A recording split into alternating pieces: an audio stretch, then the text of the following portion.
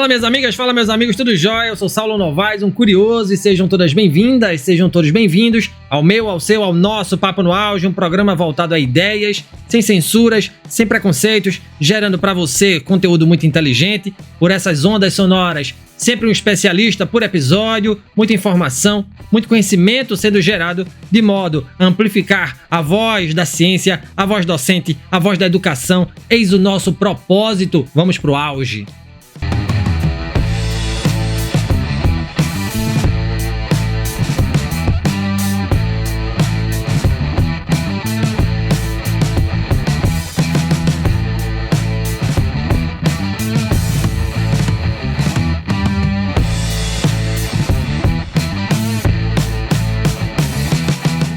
O modelo digital de incubação de startups combina o melhor dos ambientes físicos e digitais para impulsionar o desenvolvimento de novos negócios.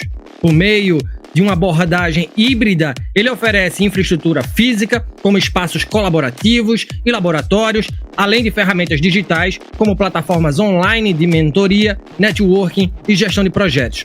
Essa integração permite maior flexibilidade e alcance, atendendo às demandas específicas de startups em diferentes estágios. Com foco em inovação e conectividade, o modelo promove um ecossistema mais dinâmico e inclusivo.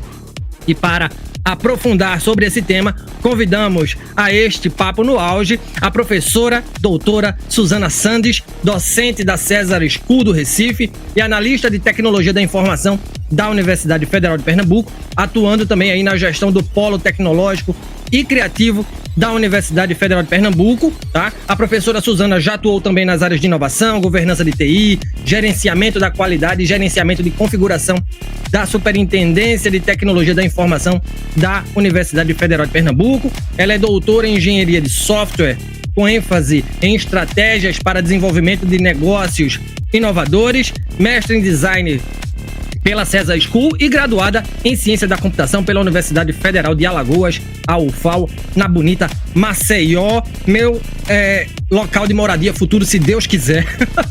E em Tecnologia em Sistemas de Informação pelo Instituto Federal de Alagoas. Realizou pós-graduação em Engenharia de Sistemas na Escola Superior Aberta do Brasil, a ESAB, e residência em Software no SIM, no César Motorola, através do curso sequencial de desenvolvimento de software para dispositivos móveis. Para quem não conhece, o SIM é o Centro de Informática da Universidade Federal de Pernambuco. Suas áreas de interesse e pesquisa incluem métodos ágeis, gestão de TI, design e inovação. Muito bem, meus amigos, com vocês, a professora Suzana Sandes. Bem-vinda, professora, a este humilde podcast diante do seu repertório, do seu currículo. De imediato eu lhe pergunto, por que você escolheu a área de TI? Por que escolher a educação e a docência? Bem-vinda, professora. Olá, Saulo. Inicialmente, eu queria agradecer aí a você pela oportunidade de a gente participar desse programa tão massa, né, que é o Papo na Auge. Agradecer aí a todos que estão nos ouvindo, que estão nos assistindo. Tenho certeza que vai ser um papo muito bacana, né, muita troca aqui de conhecimento. Bom, meu interesse na área de TI, ele surgiu, assim, há muitos anos, quando eu ainda era criança, tu acredita? E olha, assim, eu não sou um nativo digital, certo?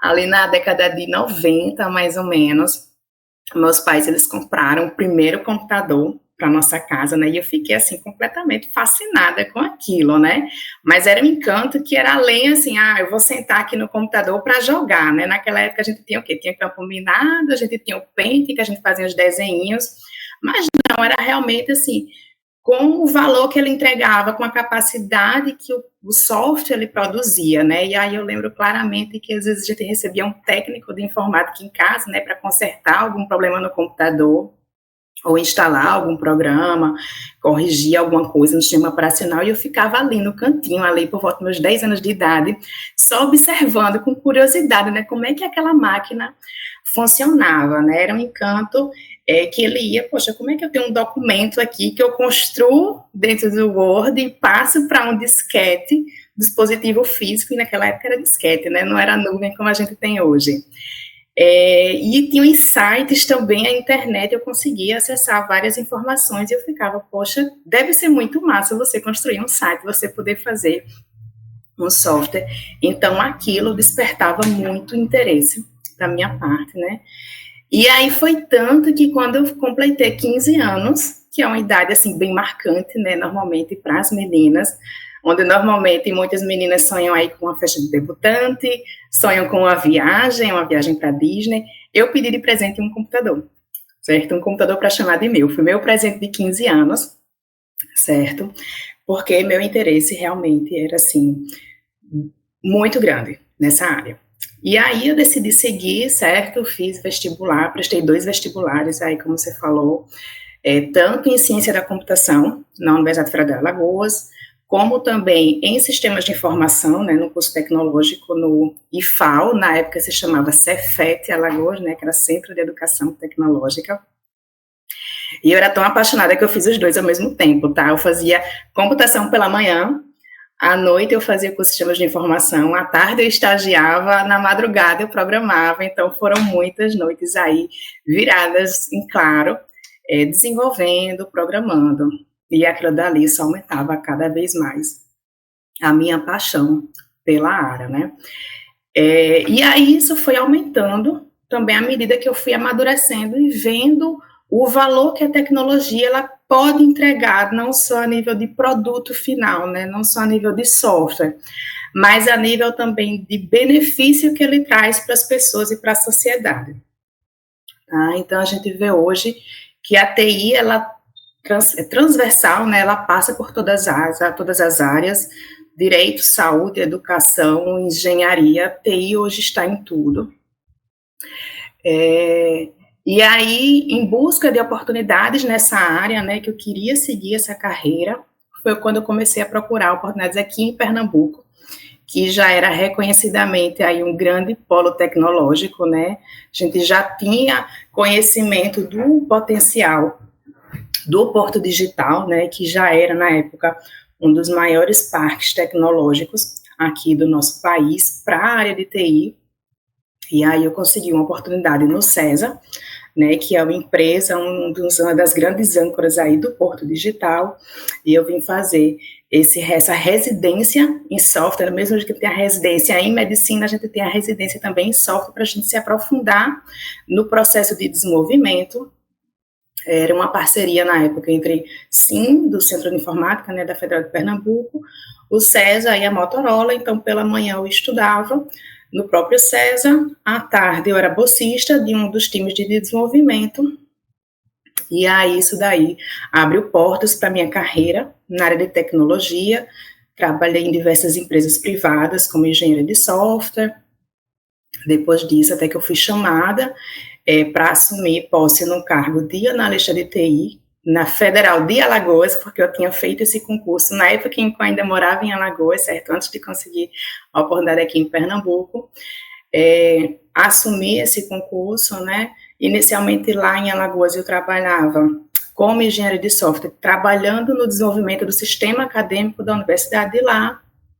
E aí, como eu já estava aqui apaixonada por Pernambuco também, por um pernambucano, construí minha família aqui, então consegui uma transferência para Pernambuco, e até hoje eu sigo na Universidade Federal de Pernambuco, né, trabalhando, como você falou também no início, já trabalhei com gerência de qualidade, gerência de configuração, governança de TI, até que eu caí na área também de inovação, né, me convidaram para estruturar um laboratório de inovação dentro dessa superintendência de tecnologia, que faz parte, era um dos órgãos da UFPE, onde a gente tinha o objetivo de desenvolver inovações para a comunidade acadêmica.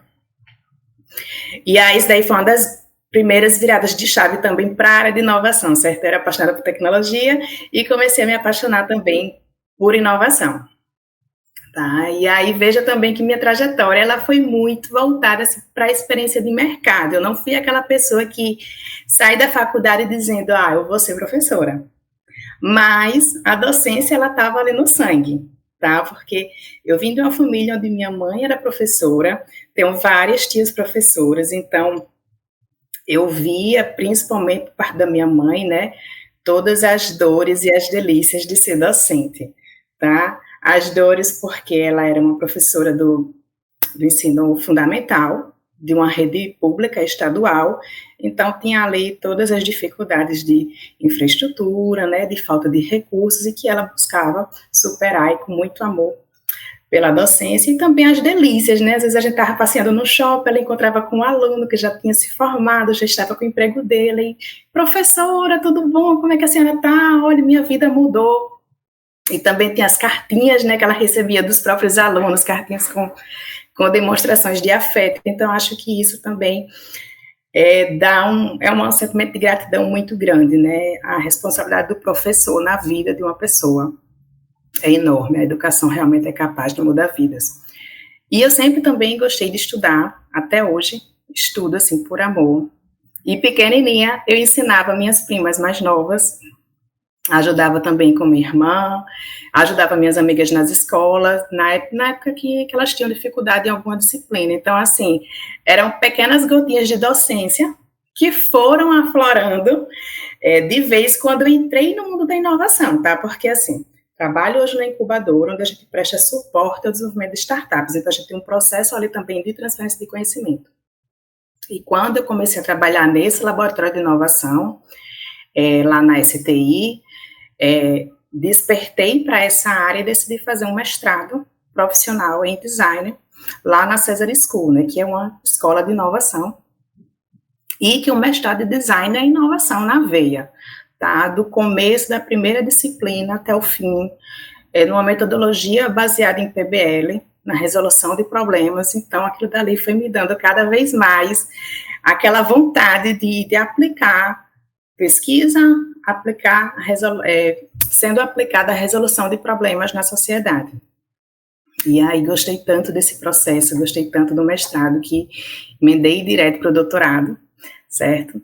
Continuei o doutorado na instituição, né? Continuei no César, mas já no curso de engenharia de software, numa linha de pesquisa voltada para a inovação, tá? E desenvolvimento de startups.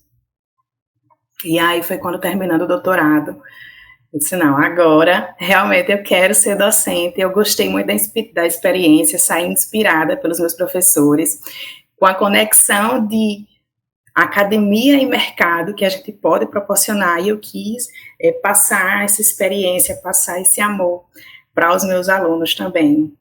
E aí hoje, assim, eu amo ser professora, eu amo TI, amo inovação, e é maravilhoso que eu consegui unir esses três amores no próprio César, né, que é uma escola de inovação onde eu tenho a oportunidade de ser docente dos cursos de graduação em computação e em design, tá? Então eu consegui juntar esses três mundos. Então eu sigo hoje nessa missão de promover uma educação inovadora lá no César, né, com os meus alunos, e também de fomentar alunos da UFPE, né, o empreendedorismo acadêmico, por meio da incubadora Polotech, que é onde também eu trabalho atualmente. Muito show. Eu acho muito massa essa tua fala, porque a gente percebe que é tão necessário a gente trazer mais mulheres para a área de TI, né? Que ainda é uma área muito dominada por homens. Imagina quando tu começou, acho que você era uma das pouquíssimas, se não raríssimas mulheres no curso, né? Nos cursos voltados à tecnologia, né? Isso, era somente eu e mais duas meninas, mais ou menos, no curso. No curso, acho que com uns 20, 30 caras. Tinha turmas que era uma mulher e o resto tudo homem. E aí eu sempre valorizo muito e incentivo essa participação das mulheres na área de TI. Isso é muito importante. Sim, muito importante. E também valorizar o teu currículo, né, Suzana? Porque você estudou na Cesar School, que é uma grande referência. Você nada mais, nada menos foi orientanda do professor Silvio Meira no seu doutorado, o que é uma grande benesse, né? Para quem está querendo entrar nessa área, para quem está querendo aprofundar os seus estudos na área de inovação, tecnologia, né? Então, assim, ser agraciada com essa orientação dele deve ser muito massa, e acho que a gente tem que valorizar isso também, tá? E falando nisso, Suzana, e entrando agora direto no nosso tema daqui, né? Explica pra gente, porque a gente fala muito de startup, a gente já está acostumado com isso, né, com esse termo e tal, mas muita gente ainda não sabe o que é. Então, o que é uma startup? Porque as universidades, inclusive as públicas, se voltam para esse tipo de organização, hein? Vamos lá. Startup, ela é muito conhecida tanto a nível acadêmico quanto a nível de mercado, certo? A definição de startup é que ela é uma organização temporária, certo? Você não vai ser uma startup para sempre, quando você crescer você vai ser uma empresa. Então, ela é uma organização temporária formada por pessoas, tá? Que buscam desenvolver ali um modelo de negócios escalável e repetível, tá? Geralmente num ambiente de extrema incerteza, porque se você está fazendo algo novo, você está trabalhando ali com algo também que é desconhecido. Então, quando a gente fala de modelo de negócios escalável e repetível, significa o quê? Que a startup ela vai ter uma capacidade também de crescer rapidamente, sem que esses custos aumentem na mesma proporção e que essas operações elas possam ser replicadas em diferentes contextos e em diferentes mercados. Então, por exemplo, é um aplicativo que ele pode atender milhões de usuários sem que aumente muito o custo para esse atendimento, ele vai ser escalável, tá? E o que é que seria essa repetitibilidade, né? A possibilidade de você reproduzir essa solução, esse aplicativo, sem precisar personalizar em detalhes a cada cliente ou a cada situação, tá? Então, por exemplo, startups conhecidas, eu acredito que pela maioria das pessoas, o Uber, né? O Uber nasceu da startup, que foi o quê? Ele transformou a forma como as pessoas se deslocam, né? Como é que a gente imaginaria entrar ali no carro de desconhecido para sair do ponto A até o ponto B, né? Então, ele conectou passageiros e motoristas por meio de um aplicativo. A gente tem também o Airbnb, que também introduziu essa ideia de ter um aluguel de curta duração, né? Você alugar seu espaço, sua casa para um passageiro, né? Para um viajante ocupar e otimizar, às vezes pode gerar até uma fonte de renda nesse período. O Nubank também, tá? O Nubank revolucionou aí a forma como os bancos trabalham, né? Trazendo o conceito de banco 100% digital.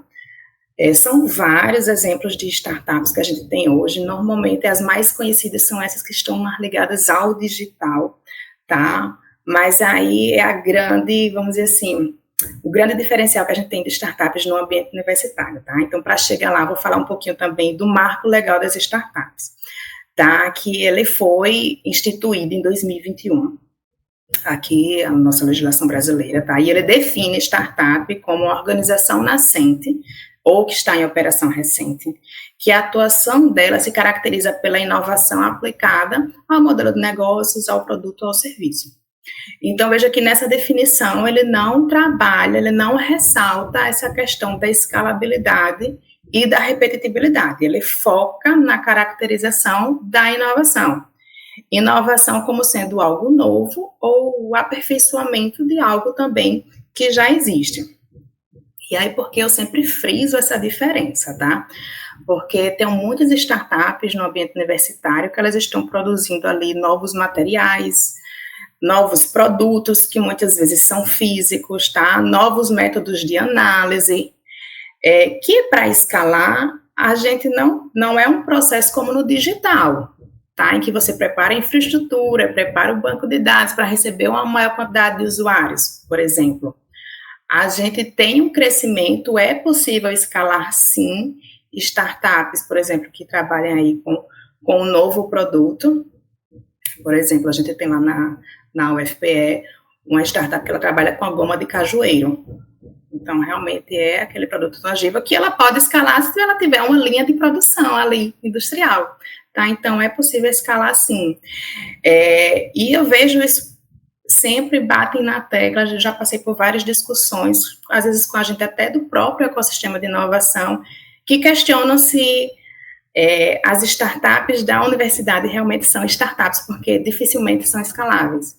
E quando a gente olha para essa definição de startup, do marco legal da inovação, a gente vê que elas estão desenvolvendo várias inovações dentro do ambiente universitário. Muitas vezes que nascem das pesquisas que desenvolvem aí dentro do mestrado, dentro do doutorado, dentro dos grupos de pesquisa.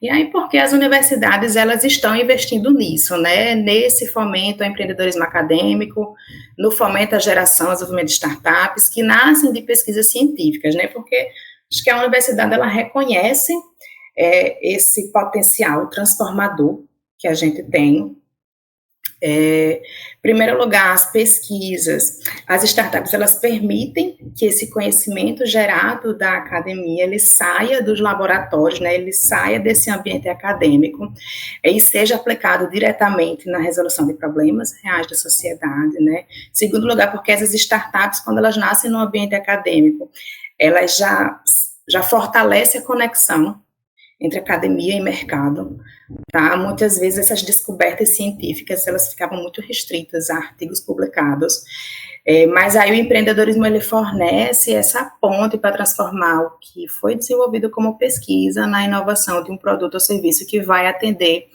a uma demanda de mercado, tá? E aí isso daí abre várias portas também, abre possibilidades para parcerias estratégicas com empresas e com investidores, aproximando e fortalecendo, assim, o ecossistema universitário.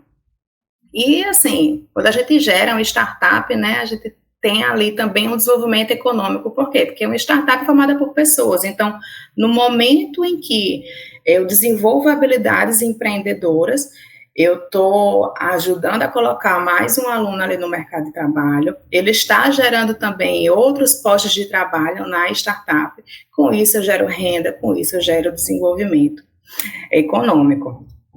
Tá, então esse é um modelo, por exemplo, que vem sendo adotado na Universidade Federal de Pernambuco, né? A gente tem um ambiente de inovação, estamos estruturando o Parque Tecnológico e Científico da UFPE, que nasce com esse propósito de fomentar o empreendedorismo inovador, né, com base em ciência.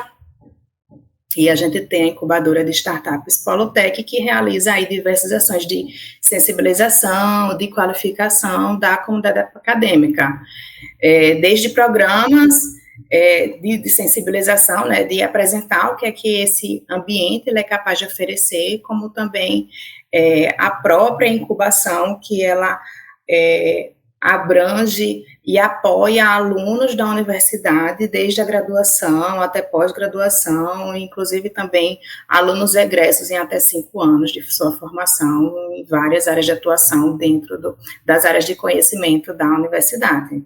Muito show, muito massa, Suzana. Vê só, e aproveitando o gancho da tua fala, eu queria saber o que é um modelo digital de incubação de startups, qual é o grande diferencial desse modelo em relação aos modelos já existentes de incubação de empresas nascentes, né, como os do Porto Digital do Recife, da Miditec de Santa Catarina, do próprio Polotec da UFPE, da incubadora de empresas da COP da UFRJ, da Cietec da USP, do SEI da Universidade Federal do Rio Grande do Sul, da Darwin, da Nexus, por exemplo. Como é que a presença física em espaços compartilhados impacta a criatividade e a inovação em comparação aí com interações exclusivamente digitais? Massa, Saulo, boa pergunta. Antes de falar o que é uma incubadora digital, vou explicar o que é uma incubadora para quem ainda não conhece, né? Nunca participou do processo de incubação. Então, assim, uma incubadora de startups, ela é um ambiente que ele é projetado para oferecer suporte a empresas nascentes, né? E aí ela ajuda a superar esses desafios iniciais do desenvolvimento do negócio. Como é que eles fazem isso, né? A gente fornece infraestrutura, como salas individuais, espaços compartilhados como coworking, laboratórios, além também de serviços de mentoria, capacitação em áreas estratégicas para o negócio. Então, a ideia do incubador é criar esse ambiente que ele seja apropriado para que essas startups elas possam crescer, possam se desenvolver de uma maneira estruturada e de uma maneira sustentável, tá? Se a gente fizer até o paralelo com a incubadora de bebês recém-nascidos numa maternidade também, que tem ali todos os equipamentos para que o bebê ele consiga superar algum problema inicial, alguma dificuldade nesse início do nascimento dele, a gente tem ali a startup como sendo o nosso bebê recém-nascido, em que a incubadora de negócio ela vai prestar esse suporte até que elas tenham condições de sair da incubadora ali, se lançar no mercado e crescer de uma forma sustentável, tá? É importante também ressaltar que as incubadoras, elas não são um fenômeno recente, a gente fala muito hoje de inovação, mas as primeiras incubadoras, elas surgiram na década de 50, tá? E elas foram evoluindo com o tempo. Inicialmente, elas ofereciam muito, elas focavam em oferecer a infraestrutura básica de salas, de energia, de telefonia, água, segurança, E hoje a gente vê que esses modelos eles vêm sendo cada vez mais aprimorados, oferecendo não só o espaço físico, mas também todo esse apoio na construção da estratégia de negócio e na geração de conexões, na conexão dessa startup com o mercado, com potenciais investidores, com potenciais clientes, tá? E essa evolução, ela foi acontecendo também de maneira natural, à medida que também as próprias necessidades das startups e o próprio ecossistema de inovação foi evoluindo, né? A gente fala muito hoje de trabalhar em rede, tá? Então, foi natural esse movimento de evolução das incubadoras, da inclusão de novos serviços. Então, por exemplo, essas incubadoras que você falou, né, a incubadora do Porto Digital, o Midtech, a própria Polotech da UFPS, são exemplos claros dessas incubadoras que têm programas robustos para apoiar o desenvolvimento das startups por meio das mentorias, por meio de consultorias, por meio de eventos de conexão e também de acesso aos espaços, no caso da incubadora da UFPE, acesso inclusive aos laboratórios de pesquisa da UFPE. Tá? Então, o modelo de incubação digital, ele é mais uma dessas evoluções do modelo de incubação, tá? O modelo de incubação, inicialmente, ele era só presencial, né, só físico, focado em espaços físicos. Depois, a gente passou a ter essa questão de serviços que, prioritariamente, eles eram oferecidos de maneira presencial também. A pandemia Covid-19 forçou as incubadoras a se adaptarem ao modelo digital. Tá? Inclusive, a incubadora Polotech, ela nasceu nesse contexto pandêmico, então a gente nasceu totalmente digital e agora a gente está nesse modelo mais híbrido de atuação. E aí o modelo digital, ele vem justamente combinar o melhor desses mundos, do ambiente físico, do ambiente digital, oferecendo uma experiência híbrida que ela vai integrar tanto os espaços físicos, mas também o espaço colaborativo. A gente vai ter uma integração social ali também por meio de plataformas, tá? Então, o modelo digital, de maneira resumida, ele incorpora essas três dimensões, tá? A sigla digital, ela vem, o FI é do físico, o G é do digital e o AL é do social, tá? Então, o físico são os espaços físicos, são os laboratórios, tá? Que a startup precisa acessar. O digital são essas plataformas, é esse desenvolvimento de habilidades por meio de capacitações e treinamentos online também. E o social, que é essa valorização das conexões, das interações e dos relacionamentos, tá? Que podem acontecer tanto na dimensão física quanto na dimensão digital, tá? Então, o que é que significa, né? Que uma startup incubada numa incubadora digital, ela pode participar, por exemplo, de uma sessão presencial de networking, de uma sessão de prototipagem, enquanto ela acessa também de forma remota ali plataformas de mentoria, ou até mesmo de inteligência artificial que possa ajudar aí nesse progresso, tá? Então, esse modelo digital, ele também flexibiliza essa participação, tá? Ele personaliza uma jornada de incubação para empreendedores de diversas localidades, tá? O digital, ele permite essa conexão, né, de várias áreas, independente da distância, reduzindo aí qualquer limitação logística, de conectividade, de forma que todos possam se beneficiar do programa. E aí, essa é uma das grandes diferenças, né, do modelo digital em relação à incubação presencial, por enquanto, porque ela flexibiliza, ela aumenta esse alcance, tá? Enquanto muitos modelos ainda adotam prioritariamente a presença física, o digital ele consegue atender startups de diferentes regiões e atender a necessidades específicas daquela startup, tá? Por que isso daí acontece, tá? Quando a gente implementa um modelo digital por meio de uma plataforma que permita a implementação desse modelo, como, por exemplo, a Strategia Digital. A Strategia é uma plataforma desenvolvida, inclusive, por uma startup pernambucana, né, TDS Company, que ela permite essa orquestração entre as três dimensões, tá? Entre a dimensão física, digital e o social. Ela permite interações assíncronas por meio da plataforma, então todas as pessoas podem colaborar na plataforma, e eu posso criar jornadas de capacitação específicas de acordo com a necessidade de cada startup, tá? Todas essas jornadas, como eu falei, elas podem ser disponibilizadas de forma assíncrona, elas são estruturadas a partir de kits, que a gente chama de kits estratégicos, que levantam questões e debates e compartilham materiais que vão contribuir para o desenvolvimento da startup no horário em que ela puder acessar e por meio também tanto de debates com outros mentores que podem acessar a plataforma, quanto também com debates com outras startups. E aí, por que essa personalização é importante e é um diferencial também em relação a outros modelos tradicionais de incubação, tá? Porque você pode ter também um modelo híbrido, vamos dizer assim, alguns encontros presenciais, alguns encontros online, mas tem uma jornada padrão. Toda startup ela vai precisar cumprir capacitação X, Y e Z, por exemplo. Mas ela pode estar no estágio de desenvolvimento em que ela não precisa da capacitação X e Y, ela pode apenas ir para Z. O modelo digital, ele prevê esse tipo de personalização, tá? Isso daí acaba aumentando ainda mais o engajamento das startups, porque cada startup, ela tem seus desafios, né? Suas necessidades únicas, de acordo com o contexto em que ela vive, de acordo com as dores que ela sentem.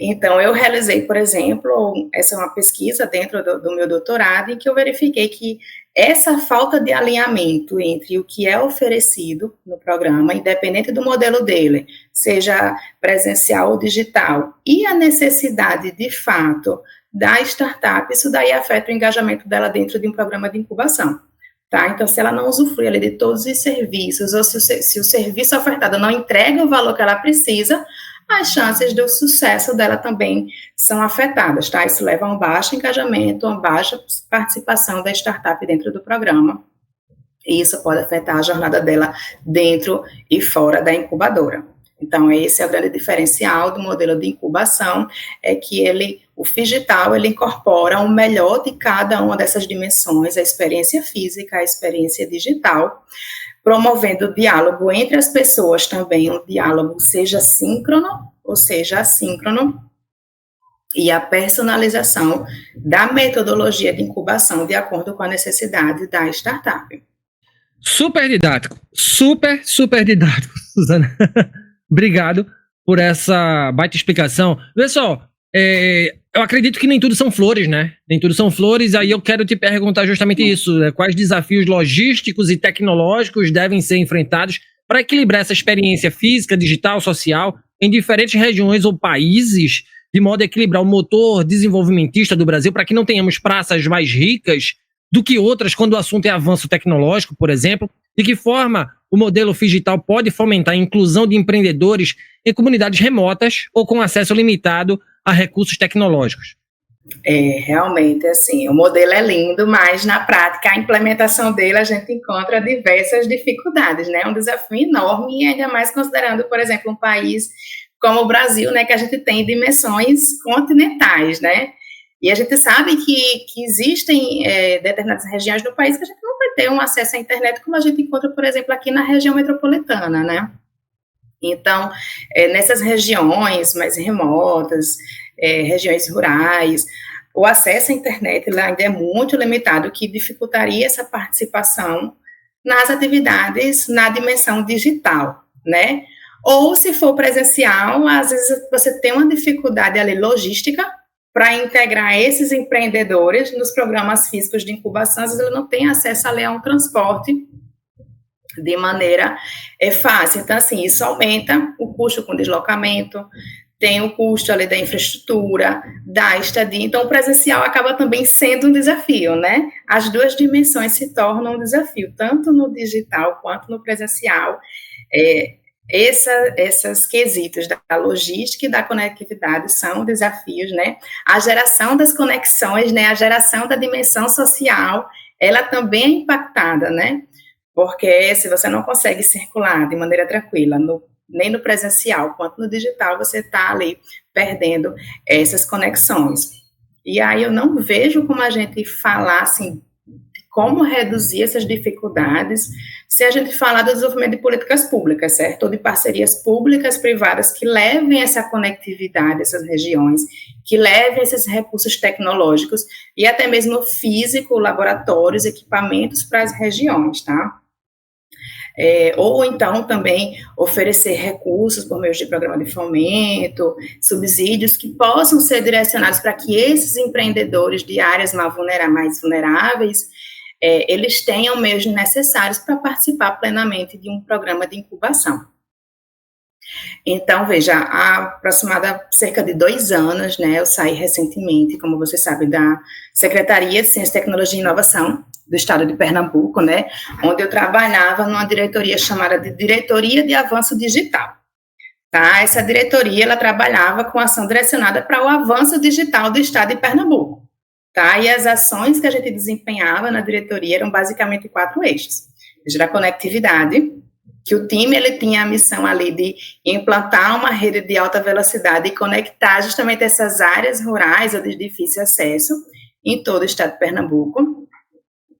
A gente tinha os centros de avanço tecnológico, que a gente chamava de CATs, que eram ambientes de inovação com espaços físicos, que disponibilizavam ali laboratórios com equipamentos de pesquisa, equipamentos para desenvolvimento, prototipação, alinhados ao arranjo produtivo daquela região onde o centro de avanço tecnológico ele se encontrava.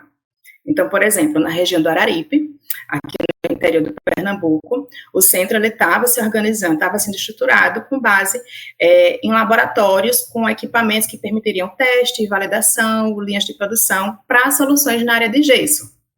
Por quê? Porque a região já era responsável ali por aproximadamente 90% da produção de gesso do país. Então, a gente poderia fortalecer os empreendimentos, as startups que trabalhavam com gesso naquela região. Aí, outro eixo de atuação dessa diretoria era voltado para o desenvolvimento de parques tecnológicos, em especial o Parquetel, né, que é o Parque Tecnológico Industrial aqui de Pernambuco, que promovia ações para o desenvolvimento da indústria pernambucana. E o eixo de aceleração, que era do qual eu era gerente geral, que ele articulava ações de empreendedorismo e inovação dentro desses centros de avanço tecnológico, ou seja, o centro ele oferecia o físico e eu projetava ali programas, serviços, programas de incubação que seriam ofertados também aos empreendedores da região, e também desenhava ali editais, principalmente de subvenção econômica, não reembolsava, né? A gente financiava o investimento em startups que precisavam impulsionar seus negócios ou passar por um processo de transformação digital. E aí, assim, um diferencial desses programas, né, que era uma diretriz, na verdade, que a gente recebia da própria secretária de Ciência e Tecnologia, da própria governadora, era a interiorização dessas ações de conectividade, de fomento, de acesso à infraestrutura, alinhada aos arranjos produtivos, né, alinhada à vocação econômica da região, porque assim, que a gente enxergava que para o avanço digital, a gente precisava levar essa infraestrutura para o interior também, prover esse tipo de acesso às regiões mais necessitadas. E aí, assim, a gente dava um diferencial competitivo para essas empresas. Tá? Tanto é que quando eu desenhava ali os editais de subvenção econômica, as propostas que eram submetidas por empresas que eram de outras regiões de desenvolvimento, além daquelas que já tinham sede e atuação na região metropolitana, elas tinham um diferencial no processo seletivo, elas recebiam uma pontuação extra. Tá? Então, assim, isso é um exemplo de que a gente pode, sim, implementar políticas públicas que levem esse acesso, que levem essa conectividade para outras regiões, né? Porque a conectividade, ela é mais do que uma ferramenta de comunicação, né?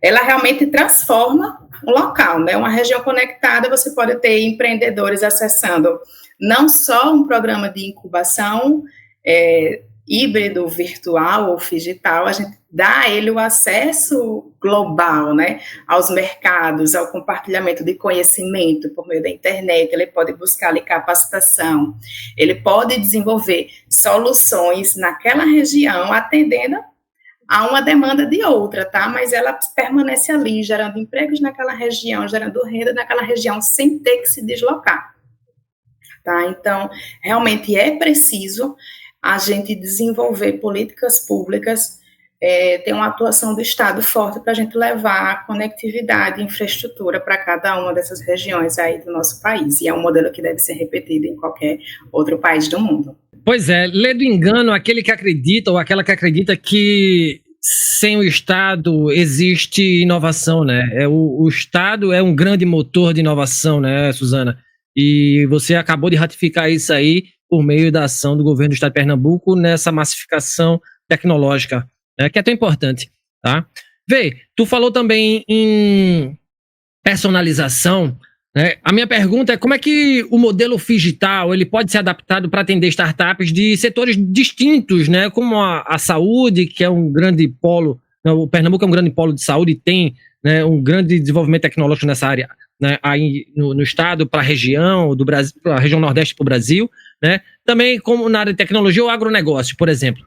Veja, considerando, assim, como eu falei, né, o modelo digital, ele permite essa personalização da metodologia aplicada pela incubadora, né, para desenvolver os negócios, né, então ele permite a personalização de jornadas estratégicas, que isso pode ser feito tanto por domínios de desenvolvimento do negócio, desenvolver áreas de venda, desenvolver áreas de marketing, mas a gente pode também desenvolver capacidades específicas daquela área de conhecimento. Então, por exemplo, no setor de saúde, o modelo digital ele pode oferecer acesso a laboratório físico equipado com aparelhos para desenvolvimento de testes clínicos, por exemplo, enquanto na plataforma digital você vai ter uma mentoria especializada, você vai ter acesso a mentores na área de saúde, em análise de dados, em conformidade regulatória.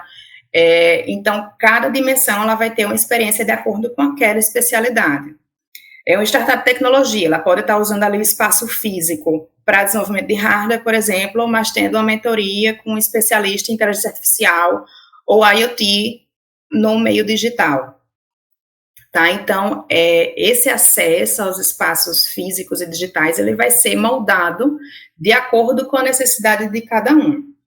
Não necessariamente duas startups, inclusive, na mesma área de atuação, que estejam na mesma fase de desenvolvimento, elas vão ter as mesmas necessidades. Tá? Eu posso ter uma startup, duas startups que já estão entrando no mercado, já estão com seu MVP validado, mas uma tem uma dor relacionada à estratégia de marketing, a outra tem uma dor relacionada à gestão financeira, tá? Então, a plataforma, ela permite esse tipo de personalização.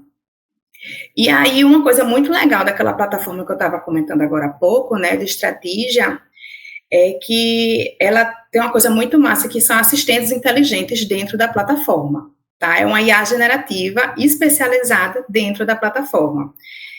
Então, lá na incubadora Polotech, lá na UFPE, por exemplo, cada startup ela tem um vínculo com um pesquisador mentor, tá? Que é um pesquisador, é um professor da universidade que oferece uma mentoria de desenvolvimento na inovação daquilo que a startup está se propondo a fazer, tá? Então, por exemplo, uma startup de saúde, ela vai ter um pesquisador na área de saúde atuando como mentor dela. Uma startup de engenharia elétrica, ela tem um docente na área de engenharia dando esse suporte. Na estratégia e no modelo digital, eu posso ter essa experiência física de um mentor humano, fornecendo essa mentoria, fornecendo o espaço, oferecendo todo o suporte, fisicamente, presencialmente, dentro do laboratório, ou até mesmo por meio da plataforma digital também, mas eu consigo ter assistentes inteligentes que podem ser treinados em determinadas áreas de especialização e que vão estar à disposição 24 horas ali da startup, tá? Por meio de plataforma. E são das funcionalidades que a estratégia ela oferece. Então, por exemplo, hoje a plataforma ela já tem assistentes inteligentes já programados na área jurídica, na área de vendas, na área de marketing. Então, por que não, a gente também não poderia programar um assistente inteligente na área de saúde, na área de agro, na área de direito, tá? Em qualquer área de atuação. Então, esse modelo digital, ele permite que você tenha tanto o suporte do pesquisador ali na experiência física, quanto também assistentes inteligentes no modo digital.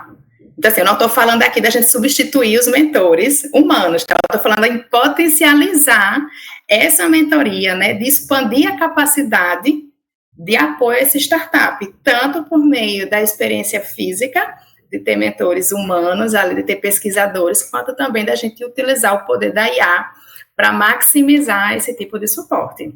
E aí, isso daí é um diferencial bem bacana que a gente consegue hoje, por meio da tecnologia que a gente tem, treinar para o digital oferecer suporte especializado por área de atuação também, tanto por necessidade da startup, quanto também por área de especialidade dela. Que interessante. Isso dá um bom debate, hein? Dá um bom debate. A gente já travou aqui já trouxe algumas falas sobre inteligência artificial, inclusive da professora Dora Kaufmann, né? E ontem tu falou isso aí, não substituição dos mentores. Eu estava vendo uma matéria dizendo que na igreja de Lucerna, na Suíça, criaram Jesus Cristo, inteligência artificial, no confessionário, né? A pessoa vai se confessar na igreja e encontra com Jesus em forma de inteligência artificial, uma inteligência treinada em várias línguas, a partir de vários textos teológicos. Tá? Isso aí dá uma discussão interessantíssima. Isso está chegando, inclusive, também nessa área que você citou aí também. Tá? Ô, Suzana, e aí quais estratégias podem ser adotadas para garantir? A gente fala tanto de segurança de dados, né? Quão importante é isso? Tá? Como é que a gente garante essa segurança de dados e a privacidade nessas interações digitais dentro do modelo digital? Realmente, assim, é muito importante a gente ter essa preocupação com segurança, porque, assim, se a gente está no digital, né, as informações que são debatidas ali por meio das plataformas digitais, elas ficam ali armazenadas, né, pode estar trafegando informações que são muito sensíveis, que podem ser um diferencial competitivo para a startup. Então, é fundamental que a gente pense em formas de proteger essa informação de uma maneira muito rigorosa, né? A startup, ela está lidando ali com uma ideia inovadora, com estratégias de mercado, com informações sobre produtos, sobre tecnologia, que se for vazada, ela pode comprometer totalmente aí a startup, né? Comprometer a competitividade dela, né? Se uma concorrência conseguir capturar aquela informação, prejudicar ali uma negociação, uma parceria. A startup, ela pode estar ali dentro da plataforma, dentro do meio digital, debatendo o plano de lançamento, ajustando o modelo de negócio que tem informações sensíveis para o negócio. E aí, o básico, aí a gente já tem, assim, a garantia de permitir que os dados sejam acessados e manipulados apenas por pessoas autorizadas. Isso daí é o mínimo de segurança que a gente tem que ter, certo? Então, assim, é essencial que a gente implemente aí mecanismos de acesso, tá? Acessos restritos e confidenciais, controlando de maneira rígida quem pode visualizar o quê, quem pode interagir com certos dados. O modelo digital, como ele prevê também vem muito forte essa questão da colaboração, né, do social.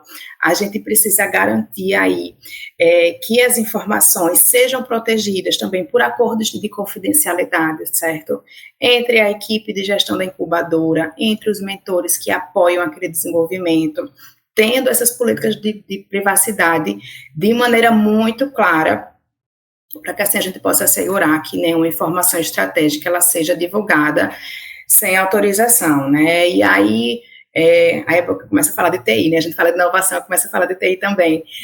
A gente também tem que ter outros cuidados, né? Criptografia de dados. Às vezes a gente está justamente aqui numa reunião online e os dados estão trafegando. A gente está fazendo uma gravação aqui, gravando nossa reunião online. Temos debates síncronos e assíncronos, então é importante a gente ter uma criptografia ali associada também, níveis de permissão dentro da plataforma, né? Quem pode fazer o que de acordo com o seu papel, tá? De repente, um mentor, ele pode ter acesso ali a relatórios de progresso, informações de negócio da startup, mas não necessariamente informações financeiras, que são confidenciais para ela, tá? Então, são pequenos itens que a gente precisa, que tem muito impacto no negócio, né, que influenciam em toda a confiança no processo, que precisam ser trabalhados, conformidade com regulamentação, né, hoje a gente tem a LGPD no Brasil, então a gente precisa que todos esses dados eles sejam tratados de forma ética e dentro dos limites legais, né. E aí, quando a gente fala também de assistente inteligente, né, de IA que aprende com que a gente está ali conversando com ela, a gente tem que garantir que, poxa, essa IA também não vai vai levar minha informação para outra startup, que pode estar atuando num mercado parecido com o meu, né, pode ter uma solução parecida com a minha. Então, quando a gente desenvolve essa IA, a gente também tem que garantir como é que a gente vai ter essa segurança, como é que a gente vai fortalecer esse agente inteligente de forma que as informações que eu estou debatendo com ele não vai vazar um dado crítico ali para alguma outra startup. Então, é uma preocupação que quando a gente desenvolve e integra esses assistentes inteligentes a um modelo digital, a gente também tem que se preocupar, né?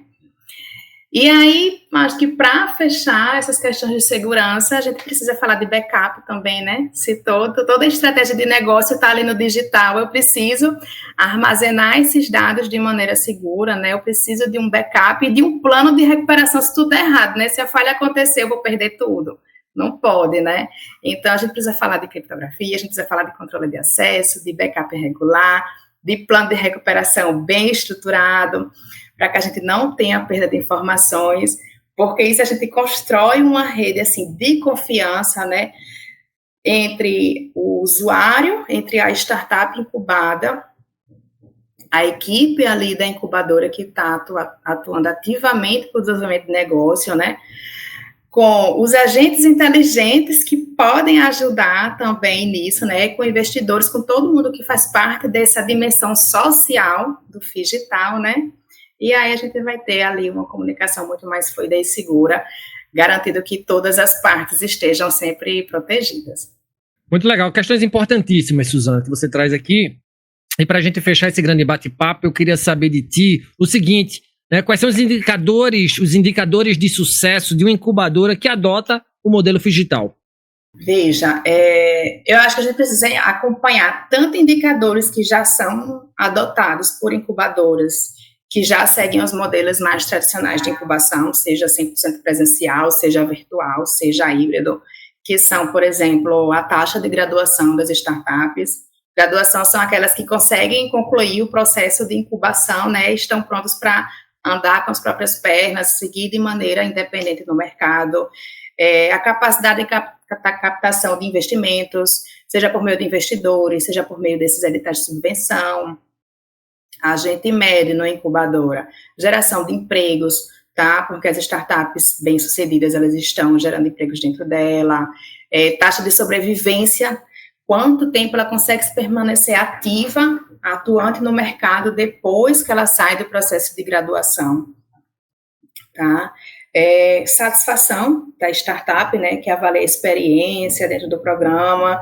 Enfim, são muitos indicadores que a gente já adota nos modelos tradicionais de incubação, certo?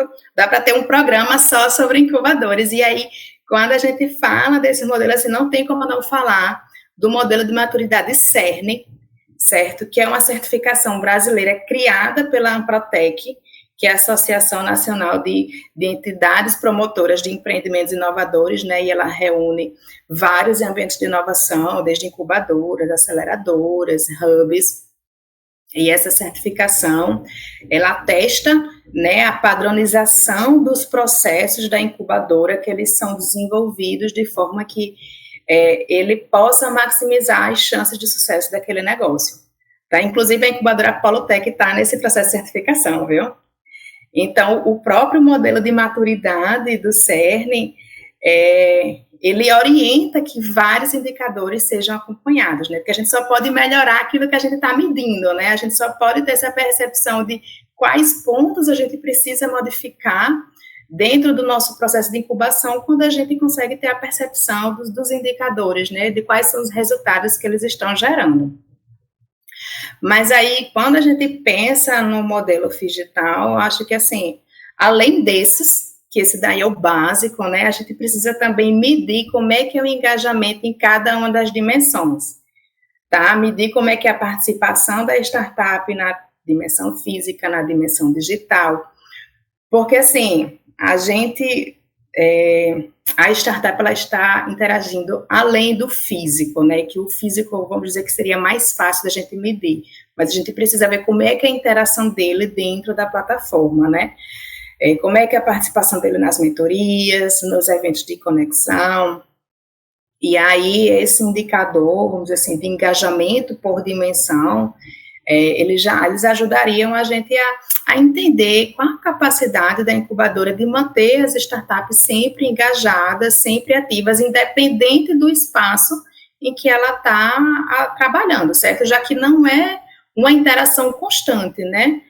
E a gente também precisa medir o grau de eficácia da personalização dentro do programa, certo? Porque se eu tenho uma jornada personalizada para cada um, eu tenho que garantir que realmente aquele modelo que eu estou propondo para a startup ele está sendo eficaz, né? E aí eu posso medir também o grau de satisfação da startup em relação àquele modelo, eu posso ver como é que o produto ele foi evoluído, como é que o modelo de negócio foi evoluído, considerando aquela jornada personalizada, tá? Considerando que cada uma tende a evoluir num ritmo diferente, de acordo com sua jornada, de acordo com a velocidade do próprio time. Então, de maneira resumida, temos que acompanhar todos os indicadores, assim, que qualquer outra incubadora acompanharia, mas também tem um olhar bem especial para cada dimensão do modelo digital e se a nossa personalização metodológica ela está sendo eficaz.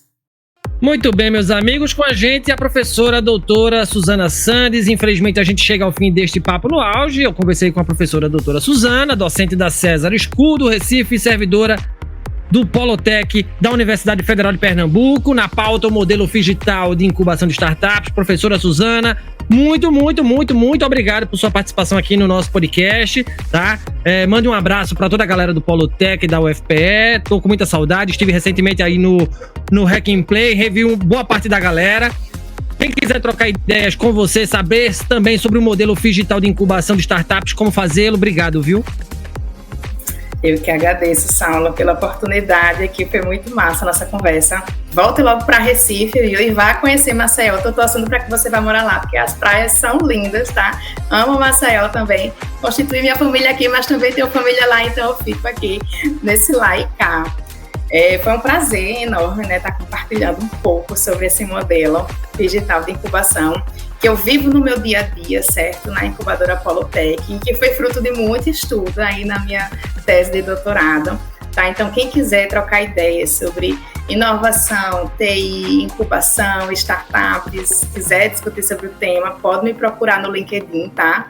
É Suzana, com Z e 2 N's, Sandes, e eu fico à disposição, tá? Tanto a você, Paulo, quanto a todo mundo que está aí nos ouvindo, para a gente conversar e continuar aprendendo todos juntos, tá? Muito obrigada e até a próxima. Valeu, Maceió, é logo ali. Valeu, doutora Suzana, obrigado de verdade, viu? Grande abraço para todo mundo aí de Recife, espero um dia poder voltar, se Deus quiser. Valeu, grande abraço. E se você gostou desse conteúdo, não esqueça de avaliar o podcast Papo no Auge nas plataformas de áudio e de vídeo. No Spotify, avalie o nosso programa conferindo as 5 estrelinhas. No YouTube, deixa o seu like. Em ambas, deixa o seu comentário. Assim você faz com que o nosso conteúdo atinja mais gente. Nas mídias sociais, nos siga no Instagram, @Papo no Auge. No LinkedIn, Saulo Novaes. Compartilhe nosso programa com a sua rede de amigos. Assim você alarga a inteligência coletiva. Estamos integralmente nos tocadores de podcast e no YouTube. Quer ser um parceiro do Papo no Auge? Então se associe ao nosso programa por meio da plataforma Catarse de financiamento coletivo ou via PicPay. Com planos mensais de 5, 10, 30, 50 e 100 reais, você se torna um membro do nosso podcast, concorre a muitos prêmios e nos ajuda a conversar com muitos professores mundo afora. Um grande abraço para todo mundo e bora pro auge.